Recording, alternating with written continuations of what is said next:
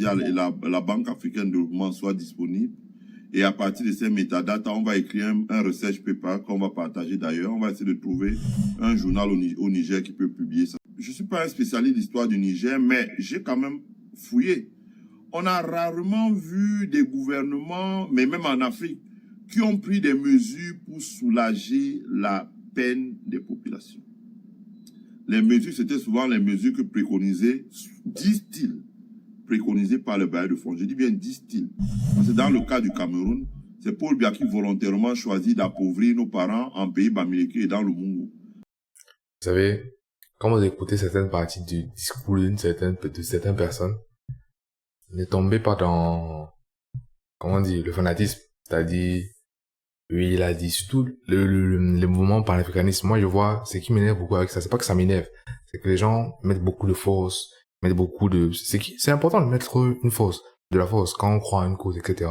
Mais je vois, ça vient parfois avec des insultes, une mauvaise façon de parler, souvent des personnes qui sont très vues, très connues, voilà, qui s'expriment très bien, qui influencent donc, et par le pouvoir de la parole, les insultes, moi, c'est surtout les insultes, la mauvaise façon de parler, etc. Il y a beaucoup de gros mots qui sortent parfois. Donc, déjà, moi, ce que j'ai envie de dire, c'est rester neutre. Ce qui concerne la politique, tant que vous ne connaissez pas vraiment le parti qui vous plaît, restez vraiment neutre. C'est mieux.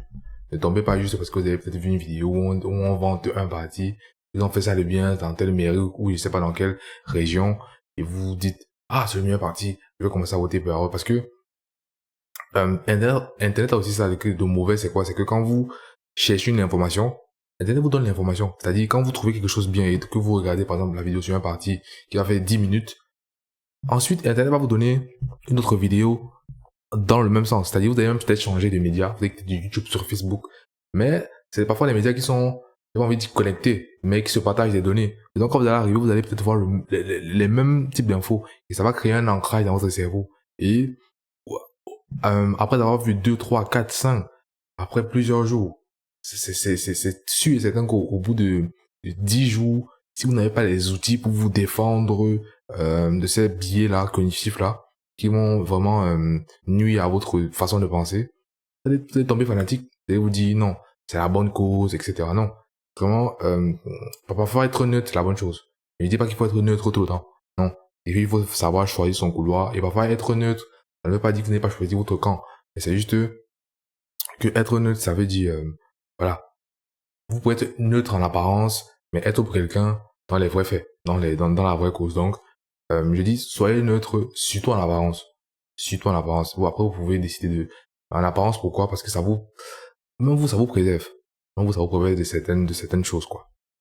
En coupant toutes les subventions agricoles, en arrêtant de subventionner, en faisant des lois pour arracher les terres et les remettre à des firmes multinationales, etc., etc. C'est avec ça qu'il a pu rester 42 ans au pouvoir.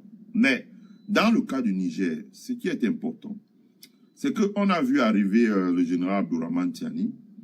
On a vu prendre des mesures pour protéger le patrimoine du Niger, son patrimoine minier, son uranium. Les amis, je suis actionnaire de Microsoft, donc j'ai accès tous les jours dans mon email à toutes les données, les décisions qui se prennent à Microsoft. Ouais, je savais pas que quand tu prenais une action, Microsoft, quelle que soit l'action dans l'entreprise que tu prends, on te faisait un journaling de tout ce qui se passe au sein de l'entreprise, à tout moment. C'est-à-dire, si on va faire une acquisition de tel bien, on va le faire, on vous rend compte. C'est pas qu'il y avait un rendu. Après, c'est compréhensible parce que ce sont les investisseurs et les investisseurs ont besoin d'informations pour savoir que leur argent qu'ils ont investi en vous, se porte en bonne santé, quoi. Donc, je comprends. Après, je me dis, ben, nous aussi, quand l'entreprise, parce que ils ont quand même beaucoup d'investisseurs, comme ça. Il y a beaucoup de personnes qui achètent des actions, et donc, je ne peux pas me dire, les informations aussi sensibles sont aussi publiques. En fait, c'est ça, quoi. Parce que je détiens un paquet d'actions. Un bon paquet d'actions, d'ailleurs. Je suis la même chose pour Amazon. La même chose pour Apple. Je peux vous garantir que Amazon, Google, Apple, Apple, Amazon, Google, Les GAFAM, quoi, les Microsoft, GAFAM. les quatre là, aujourd'hui sont en train de racheter toutes les centrales nucléaires aux États-Unis.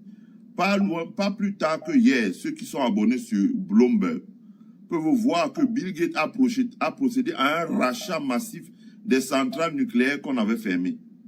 Et ils ont engagé des ingénieurs, mais des cracks, mais alors des cracks, pour pouvoir rénover ces centrales nucléaires et les faire passer à une technologie futuriste. Ça veut dire les centrales nucléaires, c'est ça qui permet de produire l'énergie, quoi. L'énergie électrique qui permet de charger le téléphone, voilà, qui est utile dans nos biens, dans nos usages au quotidien, quoi. Centrale nucléaire dit uranium. Qui dit centrale nucléaire dit retraitement de l'uranium, qui dit traitement de l'uranium. Donc, ça veut dire que l'uranium redevient un enjeu capital dans la production de l'énergie. Bon, et c'est tout me dirait pourquoi Amazon, etc. rachète ça. C'est parce qu'avec l'arrivée de l'intelligence artificielle, ils envisagent de développer beaucoup de choses et il faudra davantage de cloud. Le cloud, tout ça, qui ont besoin d'informatique, qui ont besoin de... Voilà, vous comprenez un peu. C'est-à-dire, c'est besoin de cloud, des clouds qui, eux, derrière, chauffent excessivement, donc ça a besoin d'être refroidi. Parce qu'il faut beaucoup d'électricité. Ça prend aussi parfois beaucoup d'espace, mais surtout beaucoup d'électricité. Énormément d'électricité. Ça prend vraiment énormément d'électricité. Mais après, la question que moi je me pose, c'est, il n'y a pas que le Niger qui a l'uranium. Il y a le Kazakhstan, c'est le plus grand fournisseur au monde, donc ils peuvent aussi se fournir là-bas. Ils vont pas forcément partir au Niger. Des clouds pour stocker tout ça, donc ils vont pouvoir développer cela et mettre ça sur des endroits. Et vous savez que c'est des machines qui chauffent énormément. Donc il faut les rafraîchir. Donc il faut produire énormément d'énergie électrique. Et ils se voyaient facturer l'énergie électrique très chère. Donc ils ont décidé eux-mêmes de pouvoir produire. Donc ça veut dire que bientôt, ces GAFA là, hein, Google, donc, en fait, Amazon... Ils décident eux-mêmes de racheter. En fait, ils prennent une décision à court terme où ils vont dépenser beaucoup.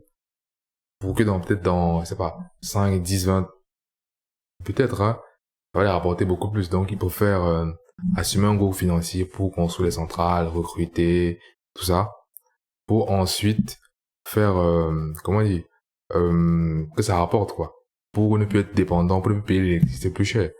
Après, reste à savoir si ça va être vraiment compétitif, ça va permettre d'être vraiment compétitif, quoi.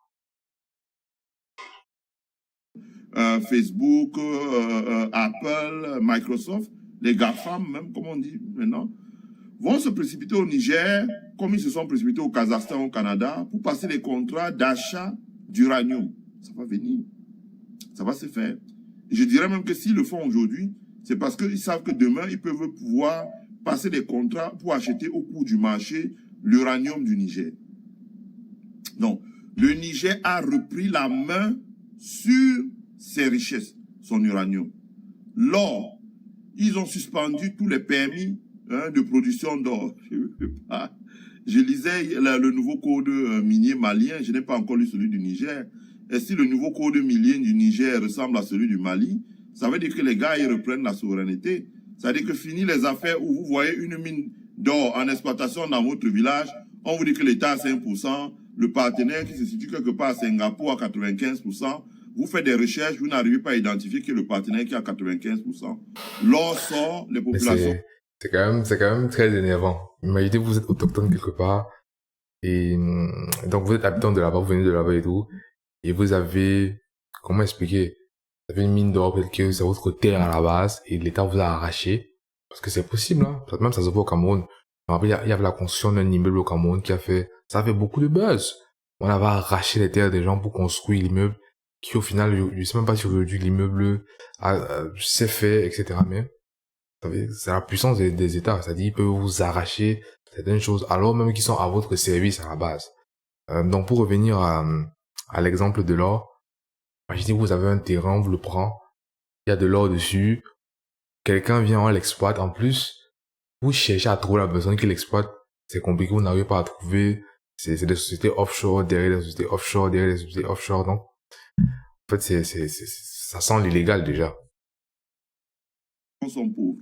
Et quand, c'est le cas au Cameroun, hein, et quand bien même les populations commencent à se plaindre, vous voyez le préfet sortir une mesure pour dire que il faudrait qu'on lui communique le nom de tous les halogènes qui vivent dans le coin. Donc, soi-disant, tous les gens qui ne sont pas ressortissants du coin, et pour qu'ils puissent commencer à les traquer parce que c'est eux qui auraient amené la contestation dans le coin. Or, au Niger, ils ont suspendu tous les permis sur l'or pour remettre de l'ordre et que les gens qui reviennent commencent à travailler dans un sens qui profite alors au Niger. Deuxièmement, ces pays commencent à travailler pour commencer à constituer elles-mêmes les réserves d'or. Parce que, comme j'expliquais hier à un ami qui m'a appelé, qui est enseignant au MIT à Boston, il m'a dit, ouais, je lui ai dit, ben, écoute, moi je pense qu'ils vont créer leur monnaie.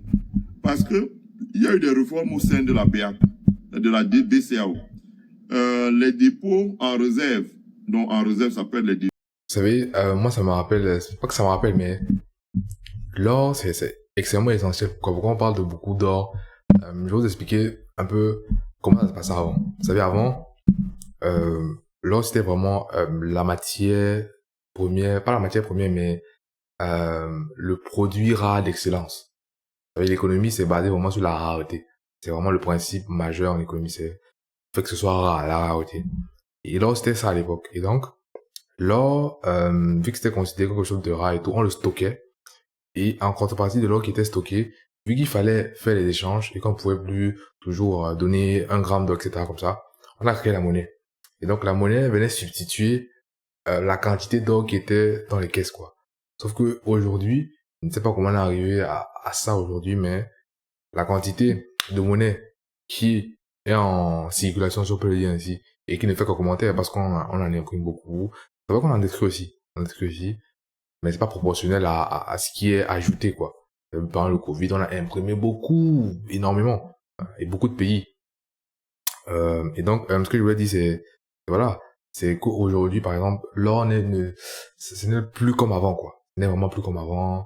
Bien sûr, le stock d'or, c'est très important, ça peut constituer une base très solide pour une monnaie. Oui, bien sûr, parce que c'est la base même de la monnaie, quoi, l'or. Ça peut être l'or, ne sont plus consignés au Trésor français, sont consignés maintenant à la BCAO. Et à la BCAO, chacun met ses réserves dans l'antenne de la BCAO de son pays. Je peux me tromper, mais je crois que c'est ça.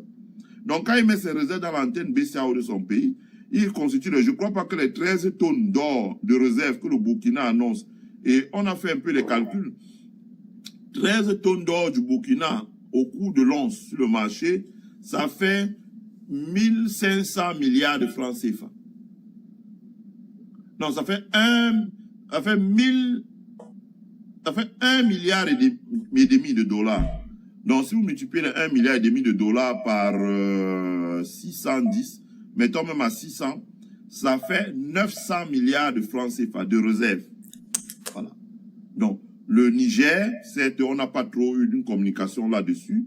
Et c'est là où moi j'encourage à la RTN à nous parler beaucoup d'économie, parce que c'est bien, on sait que le général Tchani est là, on sait qu'il y a un gouvernement, on sait qu'il y a une question de souveraineté, mais nous voulons voir plus de reportages sur la vie économique du Niger, parce que ça nous permet de faire des directs que demain des investisseurs vont regarder pour pouvoir venir faire des affaires au Niger. Donc, le Niger a la maîtrise parfaite de son secteur de l'or. On voit aussi comment le Niger commence à mettre en place, j'ai regardé. Après ça, c'est à vérifier. Personnellement, je ne sais pas. Ils ont la maîtrise parfaite, comme c'est dit. Je ne sais pas. Après, c'est vraiment à vérifier. Il faut fouiller les documents, les décrets qui sortent, etc., etc. C'est beaucoup d'administratif. Un documentaire sur le périmètre de Kony, que le Niger est en train de mettre en place pour relancer son agriculture. Les travaux qui sont en train d'être faits pour mettre en place l'irrigation. Certes, ils ont beaucoup été affectés par les inondations, mais là aussi, l'inondation n'est pas une fatalité. Il y a des techniques qui ont été développées par l'ONU Habitat en Afrique, que le Niger doit connaître sans doute, qui permet de capter les ressources d'eau en saison de pluie, de créer des bassins pour capter les ressources d'eau en saison de pluie et les utiliser en saison sèche pour pouvoir soit augmenter la pluviométrie, soit pouvoir développer l'agriculture.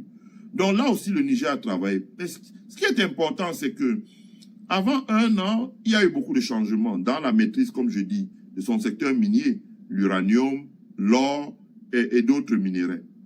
Il y a eu un retour progressif de la sécurité sur le territoire qui est quand même, comme avait dit Assimi Goïta, maîtrisé. Voilà. On ne peut pas dire que la sécurité, les bandes armées n'existent pas, mais la sécurité est maîtrisée. Mais donc, c'est vraiment un pays, comment dire, le pays là, c'est vraiment le pays où il y a beaucoup de guerres. Il dit que la sécurité est maîtrisée. C'est ça que j'ai dit, c'est tout comme comment dire, comment on parlait du fait que les États ont pu mettre la main, pour sécuriser tout leur, c'est vraiment les choses à vérifier. C'est vraiment les choses à vérifier. Pas parce que je doute de la véracité des faits, mais parce qu'il faut toujours vraiment vérifier les faits qui nous sont toutes ces proposés, quoi. mutations, de tout ce chamboulement, c'est que le Niger se retrouve dans une posture où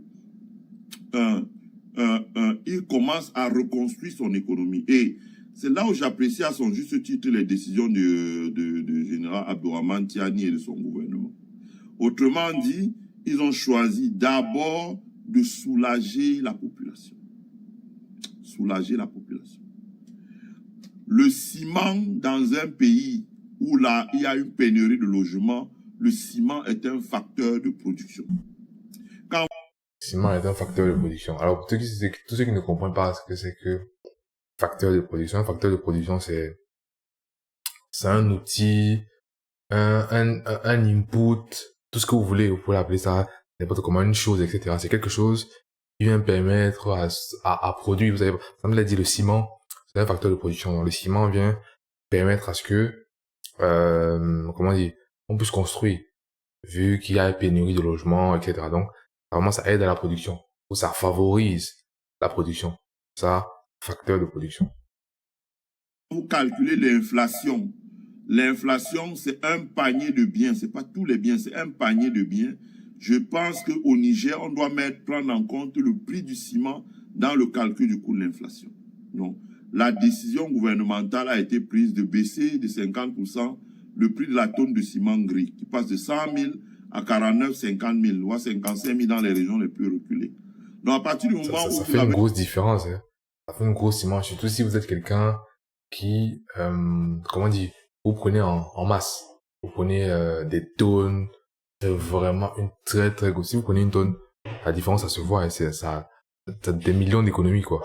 Des millions d'économies qui peuvent être rajoutées sur le projet pour faire un plus grand projet, des millions d'économies qui peuvent permettre je sais pas, d'économiser, d'améliorer son service, de prendre de la meilleure main d'œuvre, etc. Donc, les économies, c'est toujours prenant, quoi. Une baisse de prix sur le ciment gris, ça va encourager énormément la construction.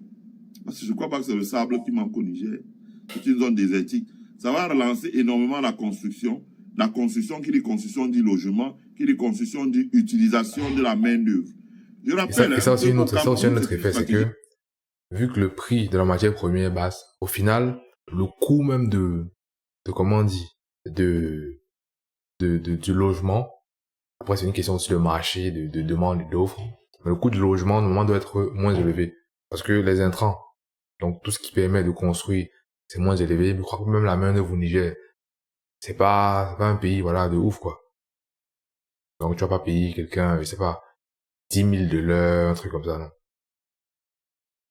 Qui avait été utilisé par le gouvernement camerounais avec succès pour désamorcer la bombe des années 90 où il y avait les protestations. Le gouvernement camerounais avait baissé sensiblement le coût des matériaux de construction et ça avait relancé énormément la construction. Et donc tous les enfants qui faisaient les barrages dans les rues, jetaient des pierres, s'étaient retrouvés sur les chantiers à pouvoir travailler. Donc, en baissant le coût du ciment, qui est un facteur de production pour les infrastructures, pour le logement, etc., ça va relancer la construction. Voilà, parce que le prix va sensiblement s'abaisser. Si vous aviez besoin d'1 million pour avoir 10 tonnes de ciment et construire une maison, vous aurez besoin aujourd'hui de 500 000 francs. Donc, vous voyez, c'est énorme. C'est énorme. C'est énorme, c'est énorme. Carrément, c'est Deuxième mesure que le gouvernement nigérien a pris, et ça, c'est pas des moindres. Ça, je pense que ça n'a pas, les gens n'ont pas vu ça beaucoup, c'est la construction d'une fonderie. Hein, parce que vous ne pouvez pas lancer les travaux d'infrastructure, comme on a vu au Cameroun, en important, on dit on va construire des stades, en important des blocs de béton des pays étrangers. C'est pas possible. Ça n'a aucun impact sur l'économie. Le Niger a lancé avec beaucoup de recul, c'est quand même fou. C'est quand même fou, parce que quand vous êtes un pays que vous n'avez rien, vous êtes obligé de tout importer, vous payez tout plus cher. Tout. Et vous vous amusez même, on vous comment dire, on surenchérit sur vous. C'est-à-dire, vu qu'on n'avait pas le choix, vous ne produisez rien, c'est-à-dire qu'on n'avait pas des partenariats assez voilà élevé et tout ça, vous n'avez pas un pays qui avait un bon réseau pour vous ressourcer, on vous met encore les prix peut-être même au-dessus du marché, donc vous payez extrêmement cher. Comment pourquoi dire que c'est un pays où c'est vraiment la galère quoi. Y a pas les infrastructures de ouf parce que ça coûte énormément cher de tout autant importer. Énormément cher, vous allez payer le transport, vous allez payer bon, vu que c'est chez vous, vous n'avez pas de douanier, vous n'avez pas payé le douanement, mais ça coûte cher, vous avez payé le transport. Dans l'acheminement du pays d'où vous prenez la matière pour chez vous, ensuite vous avez payé le transport par camion ou par voie routière ou par voie ferroviaire, comme vous voulez, pour transporter du port à où vous voulez que le projet se passe. Donc il faut des camions, il faut des transports ferroviaires, il faut des trains, donc c'est vraiment quelque chose que, franchement, c'est comme Idriss Aberkan disait, une grande nation, c'est une forte population, qui peut être facilement connectée et avec comment dire, où on peut facilement se déplacer aussi. On peut facilement aller d'un endroit à un autre. Donc, vous pouvez facilement vous connecter, vous pouvez facilement vous déplacer. C'est chaud, quoi. Qui dit fonderie dit que bientôt le Niger, avec les Chinois, va devoir produire lui-même le fer à béton. Donc, à partir du moment où ils vont produire du fer à béton, ce sera quelque chose de très intéressant. Troisième mesure, le Niger interdit les exportations de riz et de céréales. Et les céréales seront désormais mises à la disposition, achetées par l'État, ça veut dire quoi? Ça veut payées dire... comptant et mis à la disposition des ménages pour pouvoir les... Ok, ça veut dire quoi? Ça veut dire les producteurs locaux, qui produisent ne peuvent plus vendre à l'extérieur. Et donc, c'est l'État qui rachète toute la production. Ça, après, ça revoit. Est-ce que l'État achète un peu plus cher? Est-ce que l'État achète moins cher et que les producteurs acceptent de jouer la carte du patriotisme? Donc, ils achètent et ils redistribuent à la population. C'est très social comme projet, quoi. Il y a beaucoup de pays où on n'a jamais vu ça. Soulager pour qu'elles puissent manger. Parce que je dis ça parce que j'ai un ami qui allait faire 3 années de stage dans un organisme panafricain au Niger. Il me dit, mais dis donc, là-bas, on mange une fois par jour. Et les gars sont très résilients, très forts. C'est vrai. Mais avec l'interdiction de l'exportation de céréales, l'augmentation de la production de céréales, ça devrait permettre rapidement que les céréales au Niger puissent être accessibles à tout le monde. Donc, en plus, on interdit l'exportation. Donc, ils peuvent pas vendre à l'extérieur. On favorise ou on subventionne ou comme ce que vous voulez la production. C'est-à-dire, donc, les céréales qui sont là vont être stockées et redistribuées. Et en plus de ça, on va encore plus produire. Franchement, c'est tout ça pour la population. C'est bien, quoi. C'est bien. Non, puisse se nourrir. Troisième, autre mesure, la baisse des prix du carburant. Ça, c'est important. Je pense que ça, c'est déjà effectif au Niger. Le carburant, c'est la baisse des prix du carburant, c'est normal. Pour le déplacement, ils ont conçu etc. une raffinerie. Ils n'importent plus. Ils ont conçu leur propre raffinerie. Et ils vont démarrer la construction d'une deuxième raffinerie qui va leur permettre d'exporter. Je rappelle qu'il y a le marché du Soudan, il y a le marché du Tchad, il y a le marché de l'Algérie même, le sud de l'Algérie, il y a le marché de la Tunisie, il y a le marché de Burkina, du Mali et même du Bénin. Et ils ont même le Togo à côté qui a un hub en matière d'hydrocarbures. Ça fait beaucoup de marchés ouverts. Et j'espère qu'ils auront la chance que personne ne va venir couvrir le marché très vite. Et déjà, ils ont l'avantage parce qu'ils sont proches. Et que s'ils arrivent à sortir le pétrole, le raffiner, tout ça, leur coût de transport à eux sera moins cher. Donc, ils pourront avoir des prix compétitifs par rapport à peut-être un pays qui va partir prendre la Russie. Acheminer du pétrole de la Russie au Togo, voilà, ça va coûter beaucoup plus cher à l'arrivée, forcément. Donc, ils ont un avantage compétitif, c'est qu'ils sont proches. Et donc, ils peuvent distribuer déjà rapidement, mais aussi, à des prix moindres, parce que, ça peut le faire, quoi. Donc, et vraiment, ça peut permettre à ce que dans un avenir proche ou tard, moyen, long terme, comme vous voulez, l'assiette fiscale du pays puisse être élargie, quoi. C'est-à-dire, les recettes du pays puissent augmenter, quoi. Donc, avec les ADARS et d'autres sociétés comme ça. Là. Donc, le Niger Cela va leur Après, il faut permettre savoir dans les quelle est la années ou société les qui jours qui exploite. viennent de pouvoir produire énormément de carburant et en baissant les prix du carburant. Le carburant est un facteur de production. Facteur de production. Facteur de production. Oui, c'est Quand vrai, vous c'est allez vrai. acheter les machines là, aujourd'hui en Asie, on vous dit, bon, telle machine, ça fonctionne au diesel, parce que si vous êtes dans un endroit, il n'y a pas le courant, ou ça fonctionne au solaire. Mais Exemple de machines qui fonctionnent le diesel, comment on appelle ça? Comment ça s'appelle déjà? Les transformateurs au pays, transformateurs qui permettent de générer du courant, tout ça, ouais. Il y a aussi beaucoup de machines industrielles qui fonctionnent au diesel. à partir du moment où ça fonctionne au diesel et que le prix du diesel baisse sensiblement, vos coûts d'énergie baissent. Or, les coûts d'énergie, c'est très important. Ça baisse, vous pouvez même totalement substituer l'énergie, ça coûte beaucoup trop cher au carburant. Le coût Totalement. du transport des marchandises d'abord, en termes de supply chain, le coût du transport baisse sensiblement. Mais en fait, ça n'a pas qu'un impact pour les entreprises, non. Ça a aussi un impact pour les particuliers, parce que dites-vous, le transport, le coût du carburant baisse avec que le coût du taxi, très concrètement, hein, le coût du taxi, par exemple, que tu prenais je sais pas, de ta maison pour aller à l'école ou pour aller au travail, si c'était 500, ça peut revenir, voilà, à 350, à 400. 100 francs d'économie sur un mois, ça fait 3000. C'est pas non négligeable. 3000, ça peut te faire, ça peut rationner dans une maison pour un mois, pour une journée, pardon, pas un mois. Une journée, ça peut faire un bon plat, rassasier toute la famille. Donc, c'est non négligeable, hein. Voilà, ça a comment dire, ça a un effet boule de neige. Voilà, pour quelqu'un, par exemple, qui fait dans le transport, qui a plein de camions, qui fait du transport, qui loue, etc. Avoir, comment dire, pas qui loue, mais qui transporte des marchandises pour des personnes. Si on baisse le prix du carburant, c'est tout bénéfique pour lui, tout bénéfice. C'est-à-dire que, ça va augmenter ses marges. Vu que les coûts vont baisser à la base, donc ça va augmenter ses marges à la fin, quoi. Si quelqu'un pour faire le plein du camion avait besoin de 180 000 et que désormais pour faire le même plein du camion, il a besoin de 120 000 francs. Et même, on il y a peut une même prendre le cas économie. des voyages. C'est-à-dire, vous quittez par exemple, vous prenez une agence de bus, etc. Juste parce que le coût du carburant a baissé, vous pouvez venir voir ici, pour faire, je sais pas, une ville comme Douala Yaoundé, c'était 5 000 francs. Vous pouvez venir vous retrouver un matin que c'est 4 000.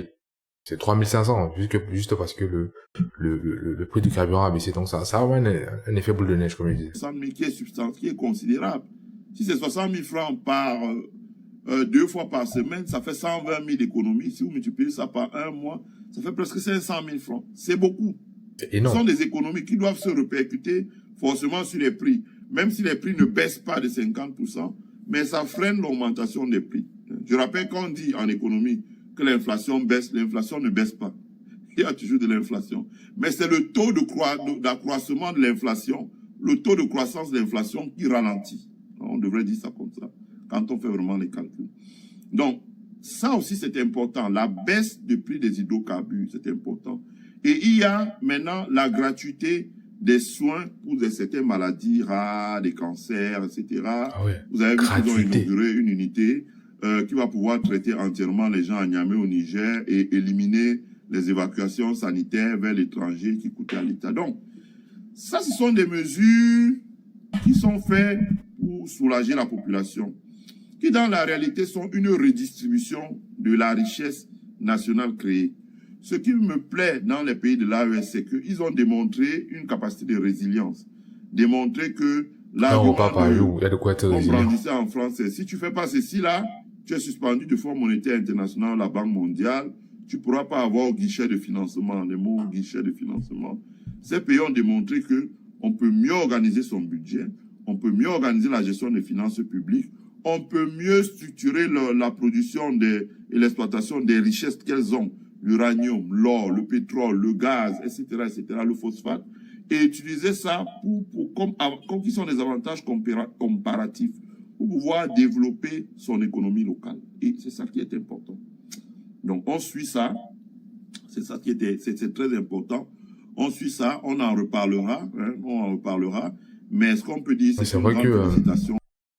C'est vrai que les bonnes gestions, les pays bien gérés, surtout en Afrique centrale et un peu de l'Ouest, tout ça, ça se voit pas beaucoup. Ça se voit pas beaucoup, il y en a pas des tonnes, comme on dit. Je pense que ça arrive au fur et à mesure. Pas forcément parce qu'il y a beaucoup de personnes qui veulent le changement, le dirigeant, c'est le problème, etc. Bon, après, ça reste à voir, ça reste à voir. Par exemple, au Cameroun, bientôt il y a les élections. Donc, il y a de très fortes probabilités que ça reste la même personne, hein. Faut être pessimiste. Encore que je suis pas pessimiste s'il reste, parce que, même s'il y a une partie du Cameroun qui est en guerre, 70% de la population va bien. J'ai regardé récemment les statistiques. J'ai été beaucoup étonné de ça. Le PIB par habitant au Cameroun ne cesse de grimper, ne cesse de grimper. Peut-être que ça ne devait pas être la croissance normale s'il y avait eu un autre président. Mais on ne doit pas se mentir à nous-mêmes. C'est quand même un indicateur qui va pour le président. C'est-à-dire, et ça, il faut le regarder, il faut vraiment le regarder. C'est parce que je peux pas entrer dans mon logiciel, tout ça, je vais vous montrer les statistiques et tout. Mais, attendez, je vous montre tout ça. Parce que j'ai ça dans mon logiciel, là, Obsidian, au Cameroun, oui. Le PIB des Camerounais, ça monte. Et c'est pas qu'au Cameroun. Je pense que le mondial même, c'est comme ça. Et donc, peut-être dans d'autres pays africains qui, où on dit c'est mal géré, en fait, le niveau des populations ne fait qu'augmenter. Et donc, je reviens au truc que je disais. Peut-être que ça ne devait pas être, le niveau de croissance devait être plus élevé. Peut-être que c'est ça. Mais, on observe quand même une croissance. Alors, croissance de l'espérance de vie, PIB mondial, tout ça. Alors, je l'ai pas ici, hein, ça c'est PIB mondial par habitant.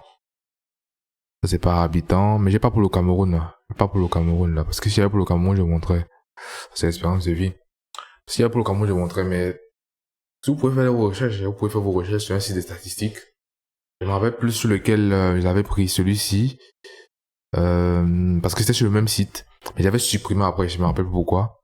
Parce que j'estimais que ça allait pas me servir, que j'avais déjà gagné en tête et tout. C'est quel site déjà? L'OCDE. Donc vous allez sur le site de l'OCDE. Voilà. Compte national de la Banque mondiale. Donc vous allez sur le site de la Banque mondiale. Vous pouvez avoir accéder au PIB de tous les pays du monde, quoi.